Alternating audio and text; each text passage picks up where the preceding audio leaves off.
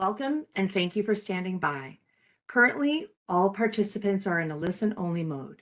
Today's webinar is being recorded and the recording will be posted publicly. If you have any objections, you may disconnect at this time. Now I'd like to turn the call over to your host for today, Earlene Dowell. Thank you, Stacy. Good afternoon, everyone, and thank you for joining us for the March Local Employment Dynamics, or LED webinar. Before I introduce today's speaker, let's go over a few housekeeping rules. As mentioned earlier, this webinar is being recorded. For your convenience, it will be uploaded to our Census Academy site with all supplemental materials relating to the webinar within 30 business days. We welcome your questions during the webinar. Please submit your questions using the Q&A panel, which is located at the bottom right corner of your WebEx screen. Once you've found the Q&A panel, make sure you choose All Panelists from the drop-down menu.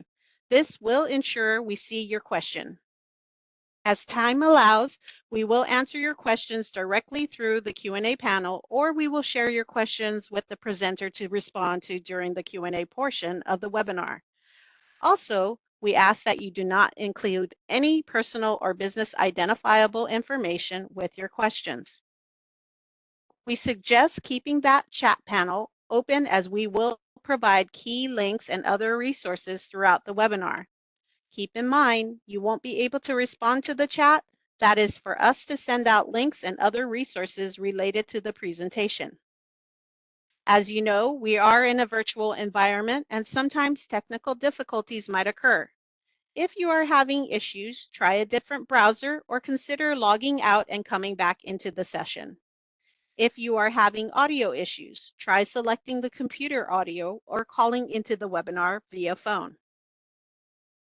On behalf of the U.S. Census Bureau and the LED Partnership, in collaboration with the Council for Community and Economic Research and the Labor Market Information Institute, it is my pleasure to welcome Nicole Nicola as she presents Are Jobs Leaving Your State? This pressing question has captured the attention of politicians, the media, residents, and scholars alike. This session will offer a data-driven analysis of job movement in New Jersey using the longitudinal employer household dynamics data, specifically leveraging job-to-job flows metrics. It will examine where job shifts are occurring, both geographically, breaking down key indicators such as origin, destination, and net change. Finally, it will contextualize these movements by comparing them to the total workforce size, providing a clear picture of New Jersey's employment dynamics. Nicole Nicola currently leads as the Director of Economic and Demographic Research at the New Jersey Department of Labor. The EDR team is responsible for collecting the disseminating critical information such as employment, occupation, business, and population. Nicole actively mentors and coaches individuals both within and outside her department. She leads a leadership training program aimed at helping participants discover their unique management style, refine their leadership strategies, and strengthen their ability to connect with their teams effectively. Nicole is also an adjunct professor at the College of New Jersey, where she teaches a course on business statistics to undergraduate students. Additionally, she serves as an internship supervisor and mentor for students in various internships. Nicole obtained a doctorate in business administration from Rutgers Business School in 2023. She also holds a master's degree in public policy from Monmouth University, a bachelor's degree in political science from the College of New Jersey, an associate's degree in paralegal studies from Mercer County Community College. Additionally, Nicole has certifications in staff and data management from Rutgers University and Cornell University. If time allows, Len Preston, her colleague of the New Jersey Department of Labor, will assist Nicole with demonstrating on job-to-job flows. With that, I welcome Nicole. Thank you, Arlene, and thank you for having us today. Arlene gave me a lot of great introductions, so thank you for that, and thank you for again having us. I do want to give Len a few minutes to introduce himself and his team because he is the one who's responsible for this presentation. Len, would you like to introduce yourself quickly? Sure. I'll make it real quick so we can get into the presentation. My name's Len Preston, and I am chief of the New Jersey State Data Center within the Department of Labor. We are the lead agency that works with the U.S. Census Bureau on all things census. The LEHD program is no different. We were heavy promoters of the LEHD data products very early on in the development of this program. So we're looking forward to giving you this presentation today. Thank you, Len. So we're meeting today to talk about are jobs really leaving New Jersey? And you can add any state in that title. The reason we started looking into it, because there are groups that claim we are losing jobs. And we wanted to test that claim. That's why we decided to do this study and see if jobs are leaving, and we look at job loss, job gain, and then the net. And are they impacting the overall economy, especially our labor market? And that's what we will do today with you. To start out with the agenda for today, we're going to talk and tell you a little bit about who are we, but Arlene did such a nice job. We'll condense it and tell you a little bit about us. Then we look at job outflow from New Jersey. The way you think about it is, in this case, the origin state will be New Jersey, and then the destination state will be other states. Think of New York, for example. Then we'll look at job inflow to New Jersey. Now, the origin state is other states like New York, and then the destination state is New Jersey. And that would tell us about the job inflow to New Jersey. Then we want to look at the net of job inflow and outflow in New Jersey. So not only that we're looking at jobs that leave and jobs that come in, what is the net to understand the impact on our labor market? And we'll conclude by discussing the key takeaways we learned from the data we share with you today. We will also show you some of our publications. For example, this week we released a short paper on the Fortune 500 and their economic impact in our state. We typically do like once a month, one publication. We do it on various issues or industries or policies, and we share that in today's discussion at the end briefly. And then if you would like to stay connected with us, receiving some of our work, you can join our list. I do promise that we do not bombard you with many emails. We typically send maybe an email every month or every other month telling you what we're doing. We have additional figures, but we put them in the appendix due to limitations with time. We're trying to cover so much. So we added some figures, and we'll tell you they're in Appendix A. You can see it there. And I think we will share with you the PowerPoint after today. So a little bit about who are we. We're part of the New Jersey Department of Labor under the Office of Research and Information. Under the Division of Economic and Demographic Research, we have 3 units. One is the State Data Center, led by Len Preston, who's with us today. Another one is the Bureau of Labor Statistics, and then the labor market information. So what we do basically is we collect data on employers, employees, and population demographics. Then we tailor it based on requests we get from the commissioner, the governor, businesses, nonprofits, and many, many others. The way I like to describe us is think of us as the Starbucks of data. You go to Starbucks to customize your drink. You can come to us and we customize your data based on a project you are working on. So we'll start today talking about the data set we use, which is the LEHD program. And part of that, we use the job-to-job flow, which shows us job changes are happening and where they're happening, both geographically and by sector. This data set started in 2000 in Q2. So for today's purpose, we cover 2023. However, if you wanted to look at other years, you can, because it does start over 20 years ago. We also added a link for you if you would like to go and check out the website we use today and try on your own to look for your state or your region about job movement. You can do that.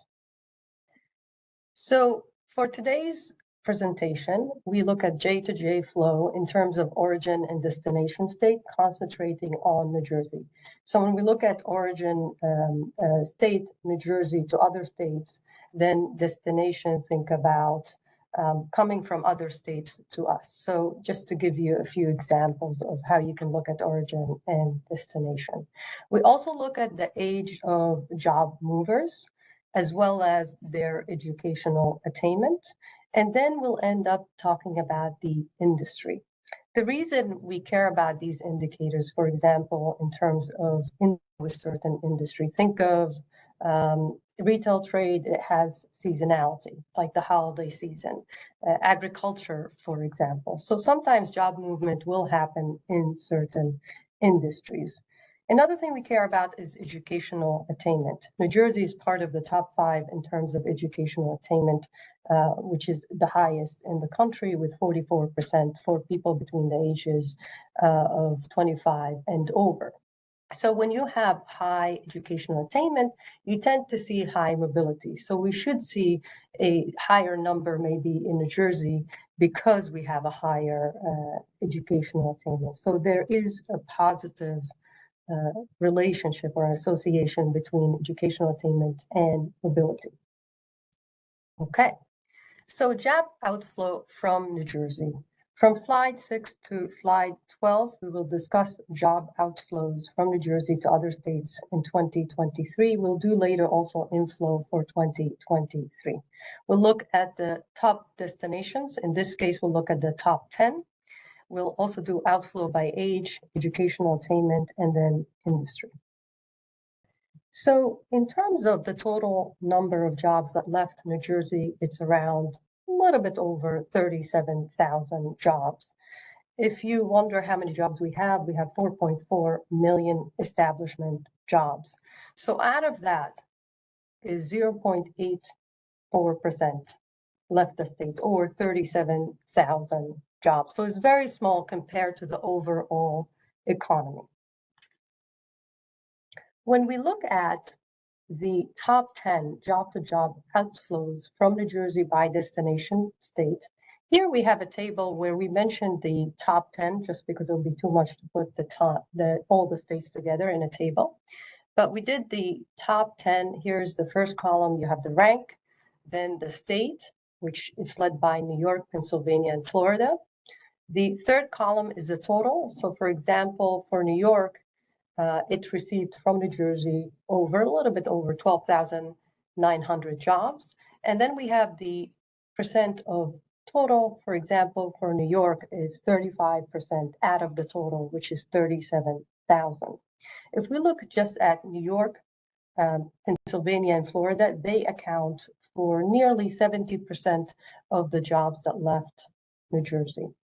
And when we look at the top 10, they account for 85%. But if you notice, once we move kind of from Florida, Texas, the numbers go down and they become very, very small. Here we have another table where we look at job-to-job outflows from New Jersey by age category.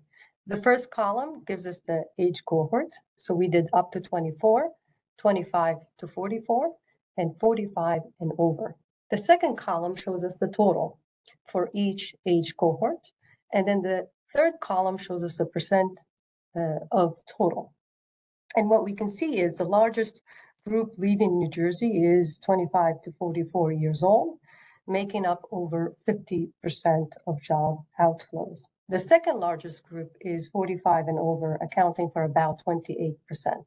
And then the up to 24 accounts for 20% of job leavers. And just to show some of the numbers sometimes will vary, it is because of reporting reporting issues that come with the data. So here we'll look at the job-to-job outflows from New Jersey by educational attainment. The first column shows you the category. So the first category is less than high school, no college, high school or equivalent, no college, some college, associate degree, and bachelor's degree or higher. The second column, you can see the total, and then we have the percent of total. What this chart tells us, as we go up the educational ladder, the number of people moving, and as a result, the percent of the total goes up. 64% of job outflows involves workers with some college or higher. So this is not a surprise for us to see because we have, as I mentioned before, a higher educational attainment. So we would see something like this, which is not a surprise for us. And a similar trend we will see shortly when we look at inflow, that as we go higher in the educational ladder, we see more inflow to the state as well. Here we have a chart for you, the top 10 job-to-job outflows from New Jersey by educational attainment, ranked by bachelor's degree. The orange depicts the less than high school, no college. Then the pink shows the high school or equivalent, no college. Green indicates some college associate degree, and blue indicates bachelor's degree or higher. On the x-axis, we see the state. On the y-axis, we see the number of job movers by educational attainment. Of course, no surprise that New York, Pennsylvania, and Florida are leading in terms of outflow by educational attainment.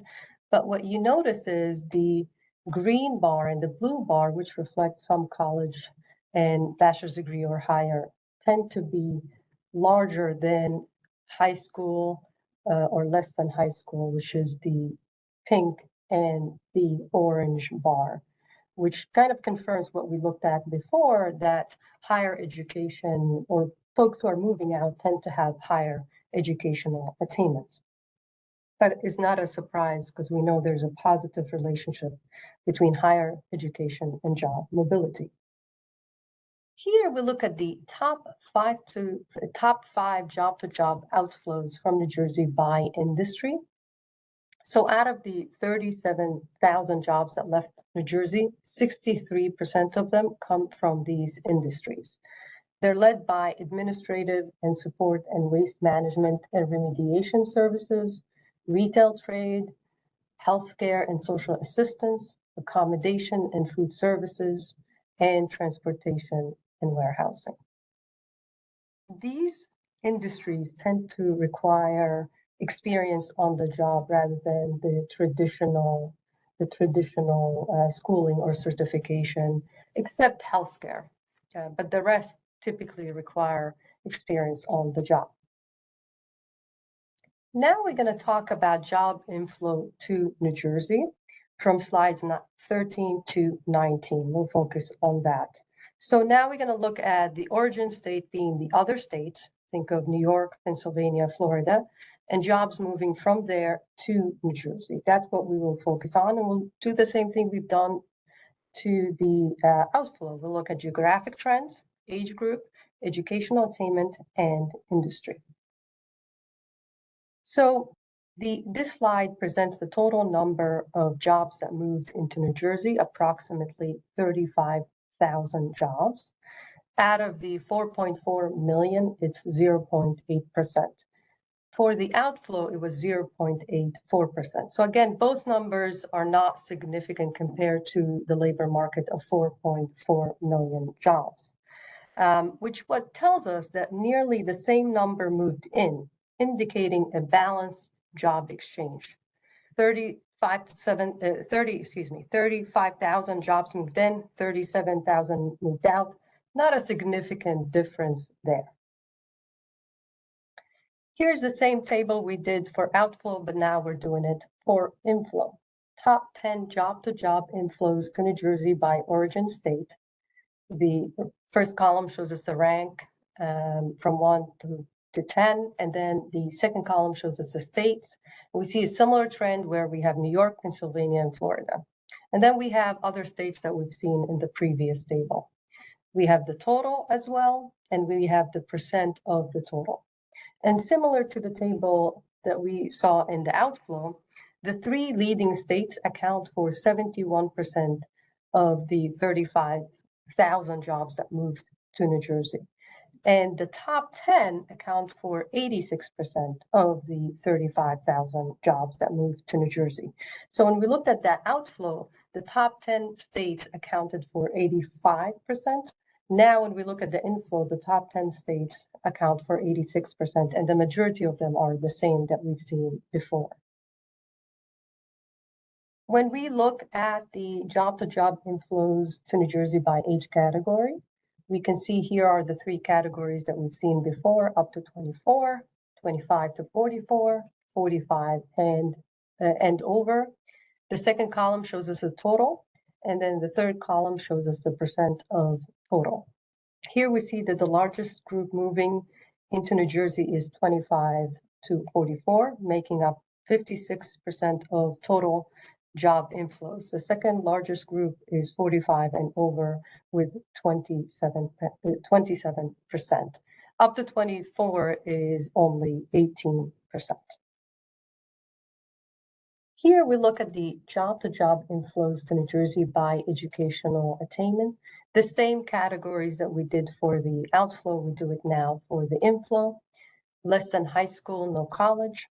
High school or equivalent, no college. Some college, associate degree, and finally, bachelor's degree or higher. The second column shows us the total, and then the third column shows us the percent of the total. What we can see is that similar to job outflows, we see that higher educational levels, some college and above, account for 65% of job movers entering New Jersey. So when we looked at the outflow, it was 64% for individuals with some college or above. Now it's 65 coming into New Jersey. So this aligns well with the outflow trend, where we talked about highly educated and mid-career workers are the most mobile, and we see that in the data. But overall, have to remember this in our minds is that overall the numbers moving in, moving out are not significant compared to the 4.4 million jobs we have in the state. Here we do the same chart, top 10 job-to-job inflows to New Jersey by educational attainment.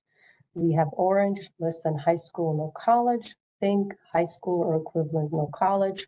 Some college and associate degree is highlighted in green. And finally, the blue one shows us bachelor's degree or higher. The x-axis shows us the state. The y-axis shows us a number of movers. And similar to what we've seen in the outflow figure, in the inflow, we see that the green bar and the blue bar tend to be bigger than the pink and the orange bars, which basically tells us that higher educated people are moving into New Jersey, which is what we've seen before for the outflow as well. Here we look at the top 5 job-to-job inflows from New Jersey by industry. So out of the 35,000 jobs that moved to New Jersey, 51% of them are coming from these top 5 industries: professional, scientific, and technical services, administrative and support and waste management and remediation services, healthcare and social assistance, retail, trade, and transportation and warehousing. The key insights from this is the first 4 industries match the outflow trends, meaning there is a consistent exchange of workers in these fields. Professional, scientific, and technical services ranks number 1, which is different from the outflow rankings. 2 of the top 5 industries require certifications or traditional education, professional services, and healthcare. So a little bit different than the outflow. And why does it matter? New Jersey has a diverse, has a diverse state that offers diverse skills. Excuse me, I'm losing my voice. This is my second presentation today. So the inflow of highly skilled professionals could suggest to us that the state remains competitive in attracting knowledge-based industry. It's a positive trend for New Jersey. But like I've been saying over and over again, is the numbers are not that large moving out or moving in compared to the overall economy. But this could signal to us a positive trend about the state. So here we look at the net job inflow and outflow in New Jersey. So we looked at the outflow. how many jobs left New Jersey. We looked at the inflow, how many jobs came into New Jersey.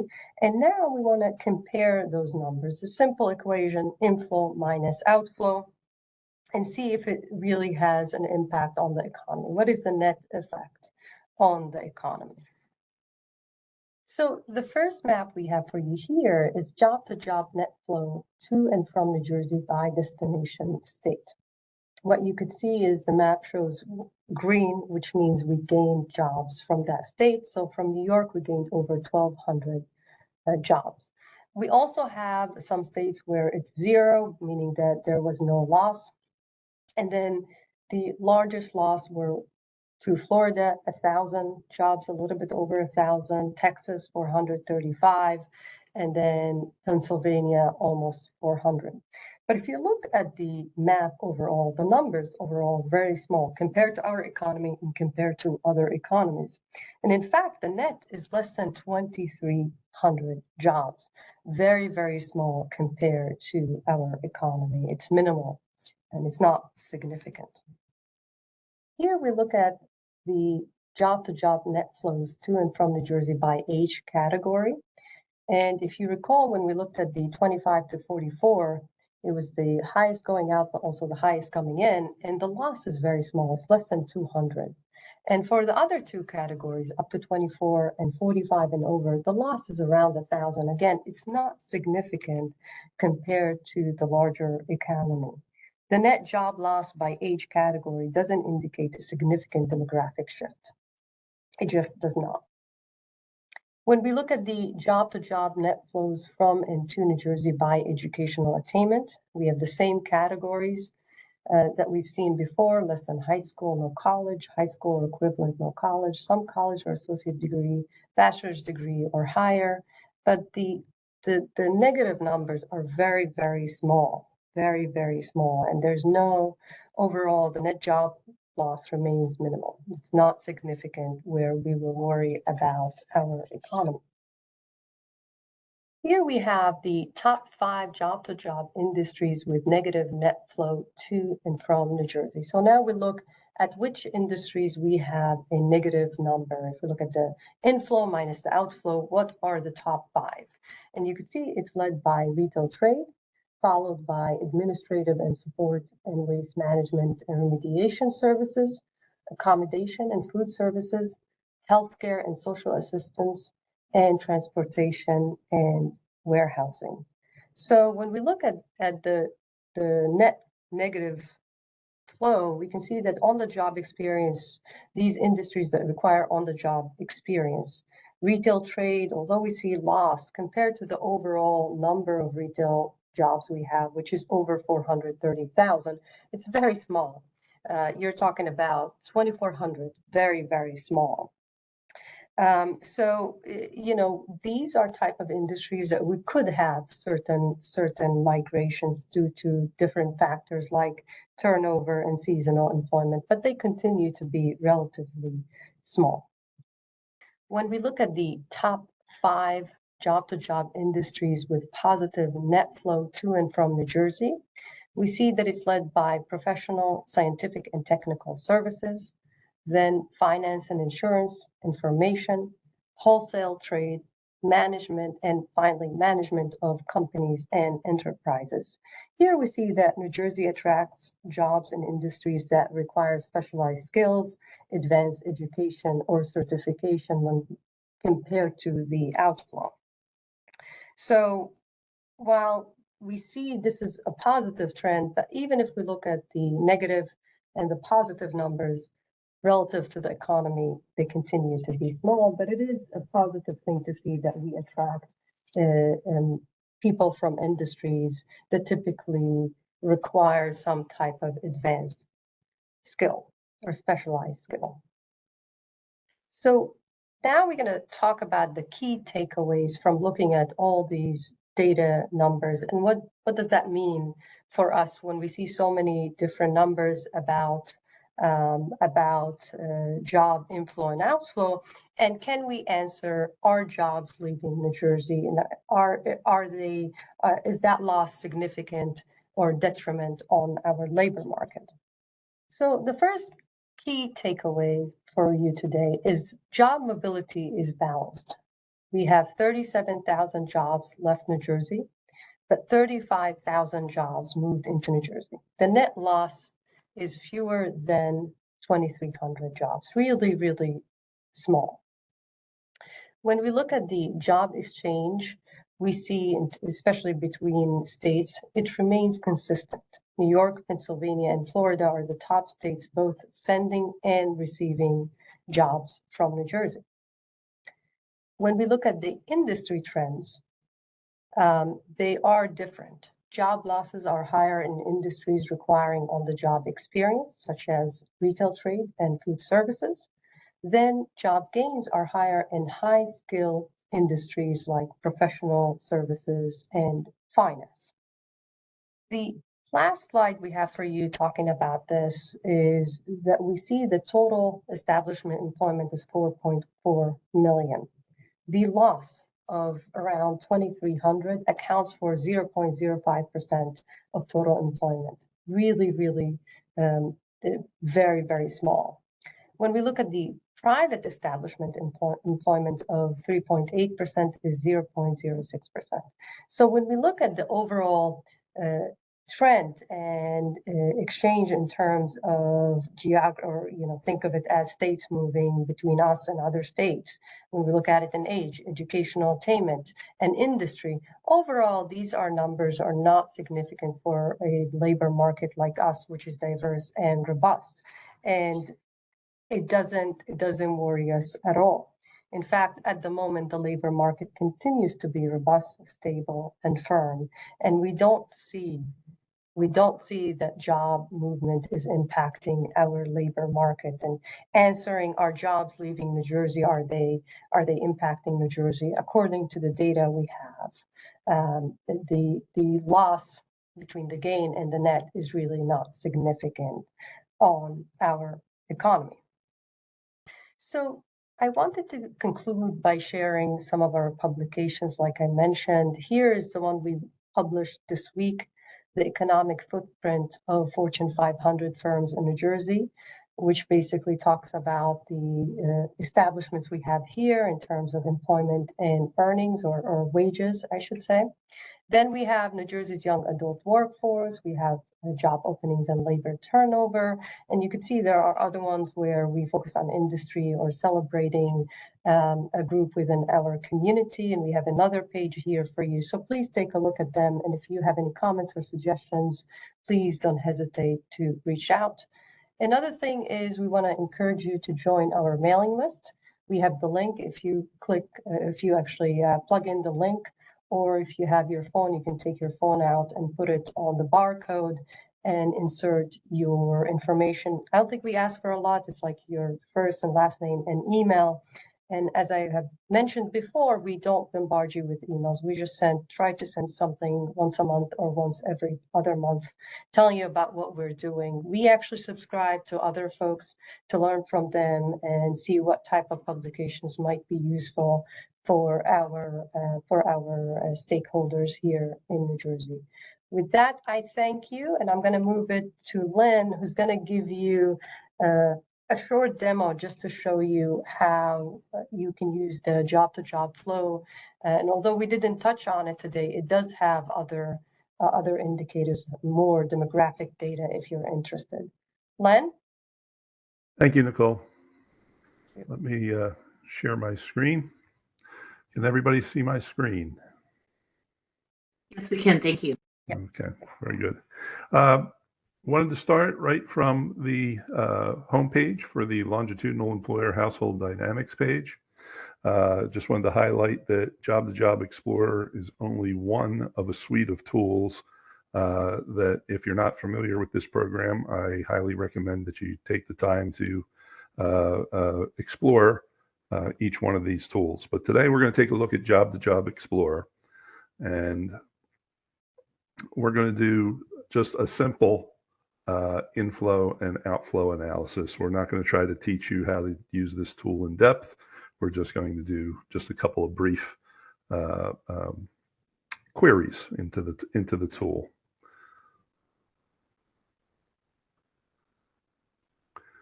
So when we come in here, we're going to set this up to do an outflow analysis first. So our destination or x-axis, we're going to want to set up with our destination states. And we can choose individual states, or we can choose multiple states. For this particular exercise, we're going to choose all 50 states. Okay, and then our origin state is going to be New Jersey, or actually, why don't we try a different state? How about we do Florida? So we'll deselect everything and we'll make Florida our origin state.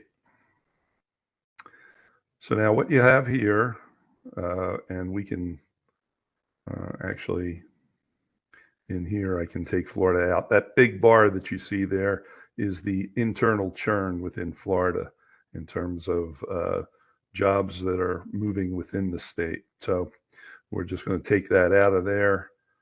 So this chart looks a little better. And here you have the job flows from Florida to 50 states. Now we can take a look at this for a single quarter, or as in our presentation, we looked at it from the average of the 4 quarters. Doesn't change the graphic that much. But these are some of the filters that you can work with. In here, you could look at male or female, any age group, any educational attainment level, race, ethnicity, and you can look at things by NAICS sectors, major NAICS sectors, both on the origin and destination side. You can look at firm age as well. And you have some additional features here, such as that are advanced, such as ranking. So if we wanted to look at the top 10 states,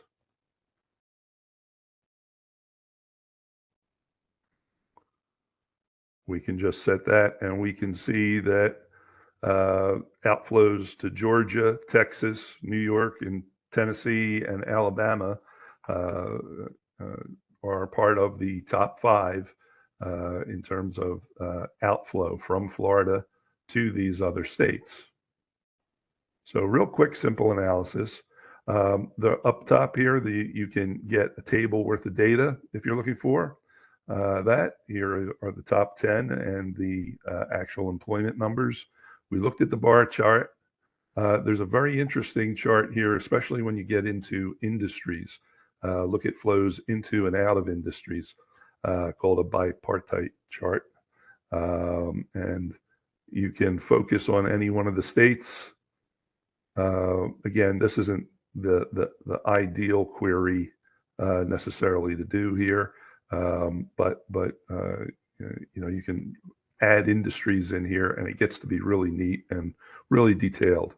So that's another visualization that's part of this tool. You can also export your data. It's a very easy export facility that's part of this tool.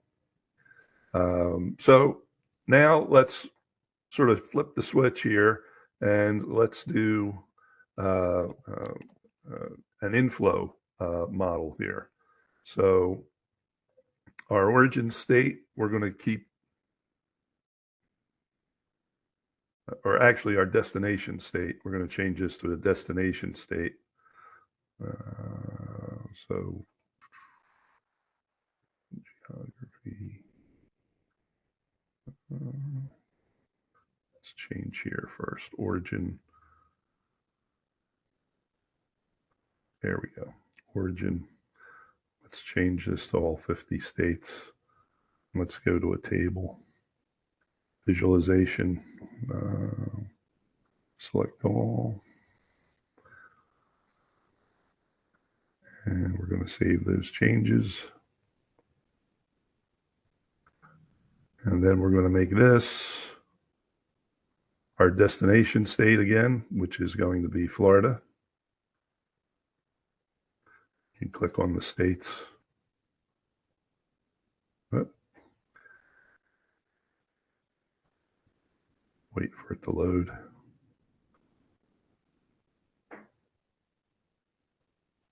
Okay.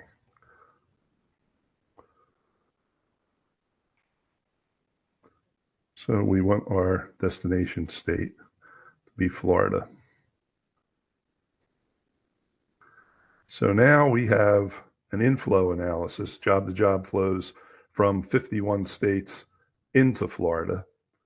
And again, we can look at this in terms of ranking the top 10, or we can look at all 50 states. Again, a very simple analysis. You can download this data, and it makes it very easy to download a number of features and do some analyses based on different demographic categories as well. So again, we'll set the ranking for the top 10, and we can look at it in terms of a bar chart. And again, we can relieve Florida out of the mix here, so this bar chart looks a little nicer.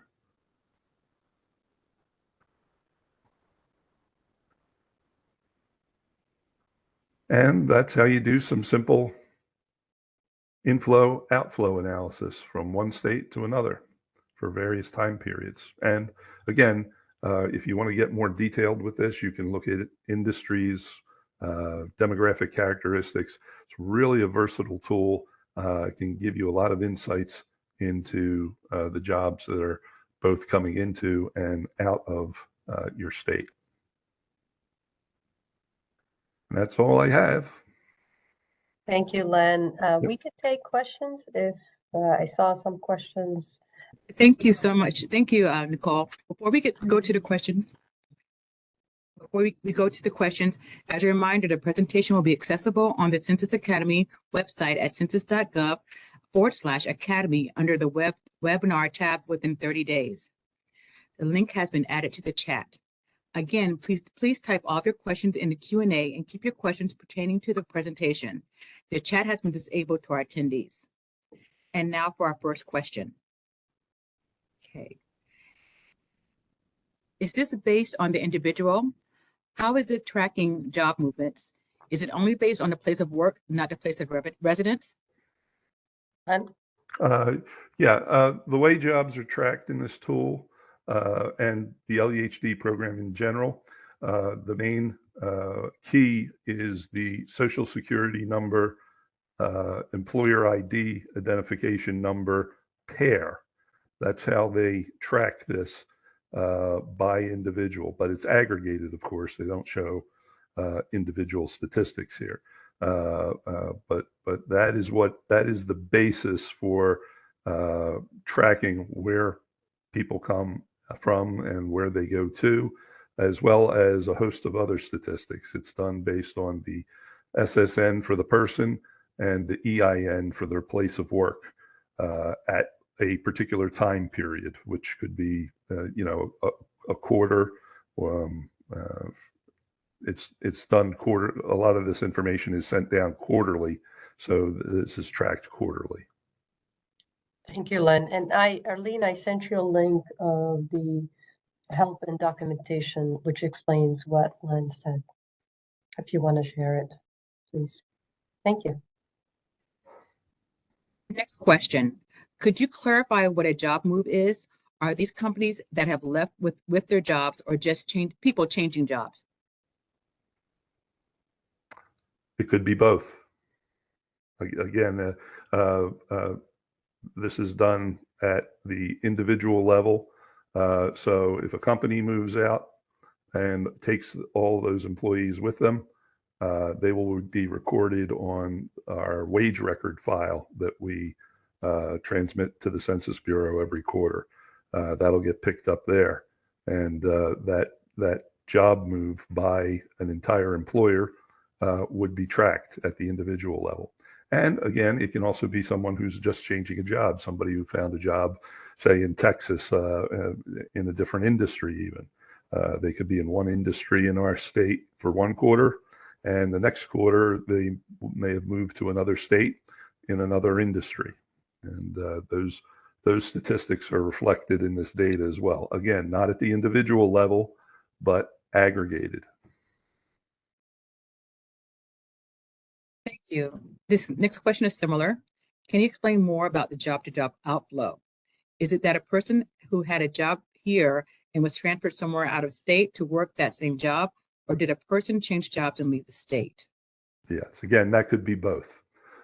Someone could move from the same industry, the same job to another state, or maybe someone goes from retail into wholesale in another state between quarters.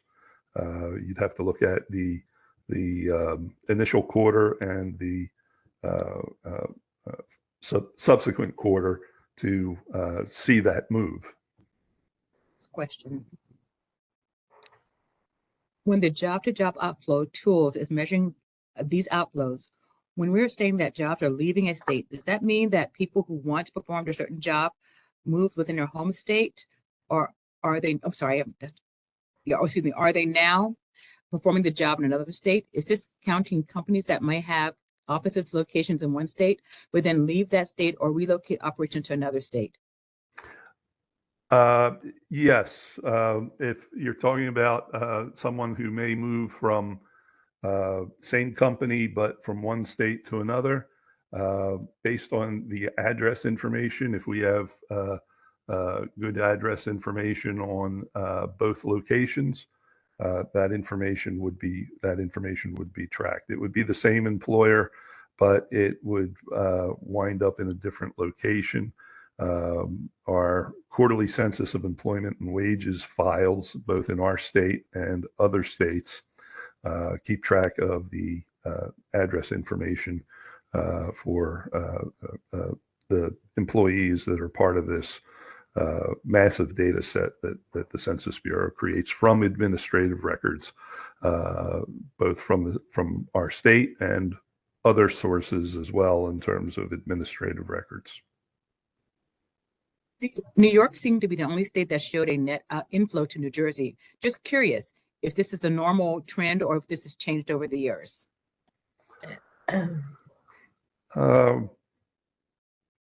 New York is obviously, due to our proximity, we're very close to New York, and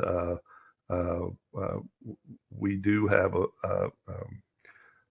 cities that are very close by, Jersey City, Newark, very close to New York, and there's a lot of cross-pollination there in terms of job flows and job movement between our states. So we are a bedroom community for both New York and Philadelphia. So the same thing kind of applies down towards the southern part of our state when we look at jobs moving into Pennsylvania from New Jersey. Yeah, and if we look at migration even by people, we have a net positive with New York as well. So it just because of where we're located. What were the population totals for New Jersey from 2020 to 2023? Off the top of my head, I don't know. I know we're at 9.2. We're at like 9.2 million. To 9.5. Yeah. Yeah, so our employment, when you look at the 4.4 million jobs that we have in the state, establishment jobs, meaning that employers who create jobs in New Jersey, and they're located in New Jersey, the population, as the population increased, the job market also increased as well. So we have been moving nicely with the population growth in terms of employment. Okay, I have moved several times I've moved several times from Baltimore, Maryland to other states. Mm. Can we search starting with an industry such as healthcare? Mm-hmm. Yeah, there are a number of different ways you can come into this tool to start looking and doing queries. But again, you're not going to be able to find information on an individual or your past history. Your movement will be aggregated with other people that move to, say, your industry or from your geographic location. They'll be aggregated by those factors, and the data is confidentiality is maintained that way. Thank you for sharing the J2J tool. How are remote workers captured? That is generally remote workers would be, again, even though they're working from home, their accounting, the accounting that is done for those folks would be from their home office, wherever that may be located. Whoever turns in their W-2 forms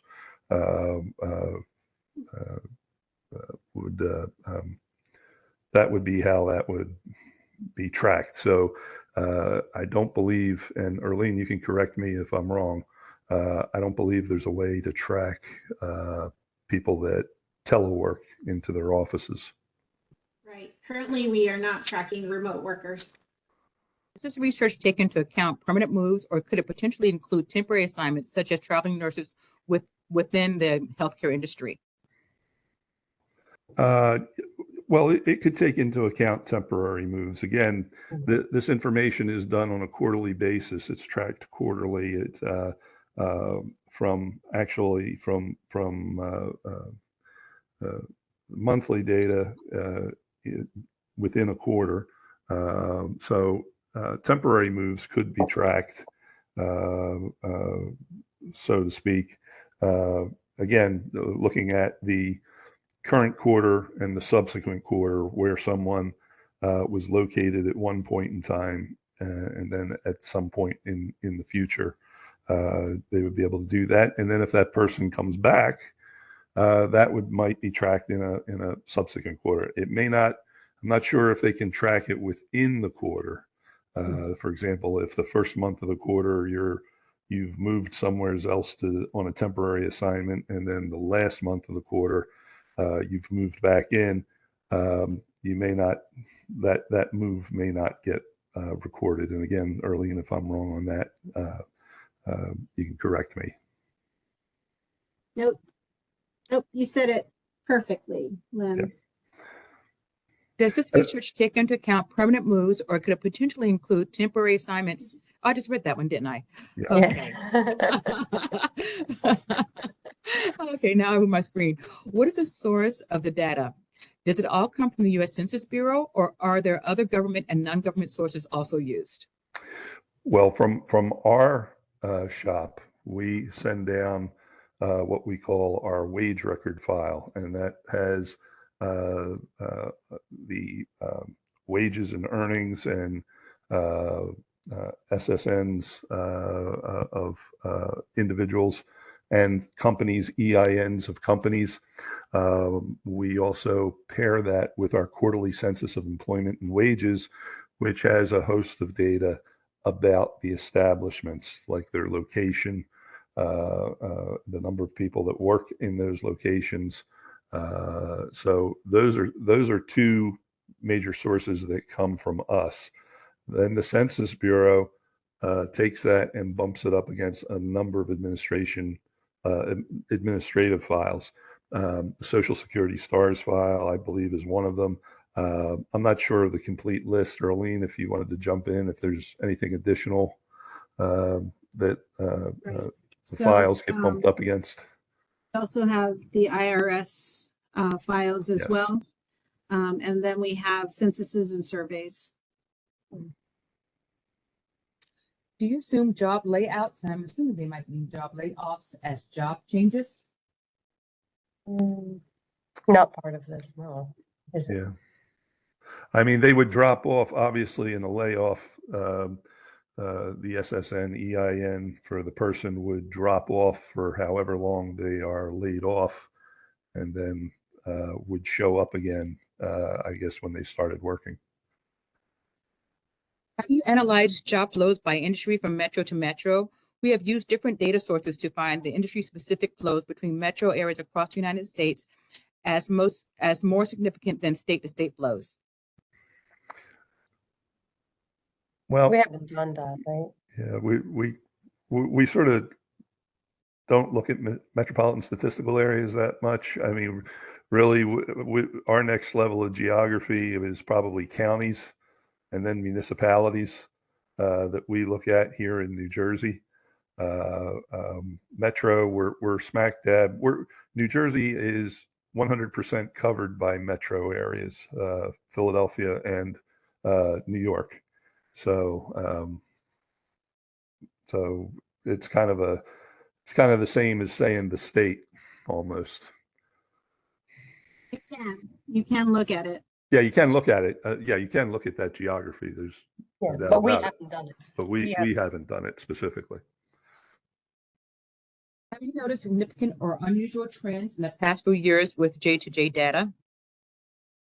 We looked at like 2019, we looked at 2022. The net was around like 4,000 or 5,000 job losses, and it decreased in terms of job outflow and inflow.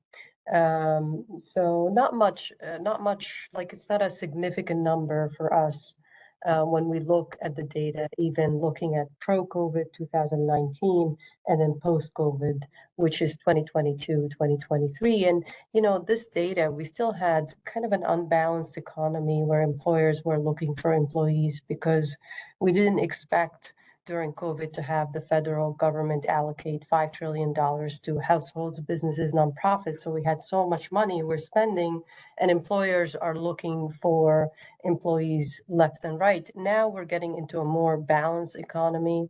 So we'll see how the data will look in future years, but not significant when we look at it in a long trend, pre-COVID, after COVID. Not significant to our economy as of this point. Can we do by occupation category rather than NAICS industry? Occupations are not part of the LEHD suite of tools yet. Have you analyzed job flows by industry from metro? Oops, actually, just read that. Sorry.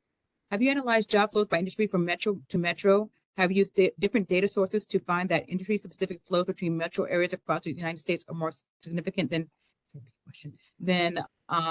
state-to-state flows? I'm sorry, that's a repeat question. Yeah. Okay. Let's see. Do we know when 2023 or 2024 data will be available? That's a me question. Yeah. Soon? Very soon, because I think 2025 Q1 is coming out. So it's 2024 should actually be available. Will we receive an email of the slides and reports were ready for download? That's a Stacy question. That's a Stacy question. I just actually put it in the chat. Thank you that the recording and slides will be available on the web page if you click that link within 30 business days. Thank you.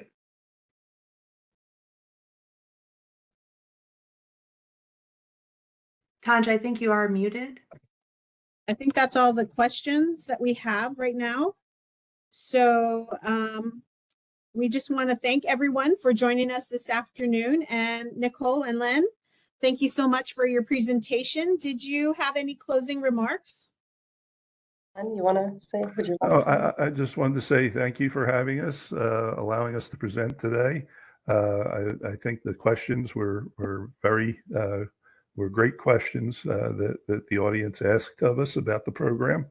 So just wanted to say once again, thank you to everyone for not only allowing us to participate, but your participation in this event as well.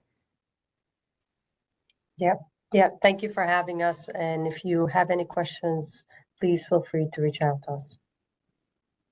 Great. Well, this concludes the March LED webinar. Join us next month on the third Wednesday of the month when we have another LED webinar at Upon exiting this webinar, you will receive a pop-up to an evaluation. We would appreciate that you take the time to answer the questions so we may better serve you with future webinars.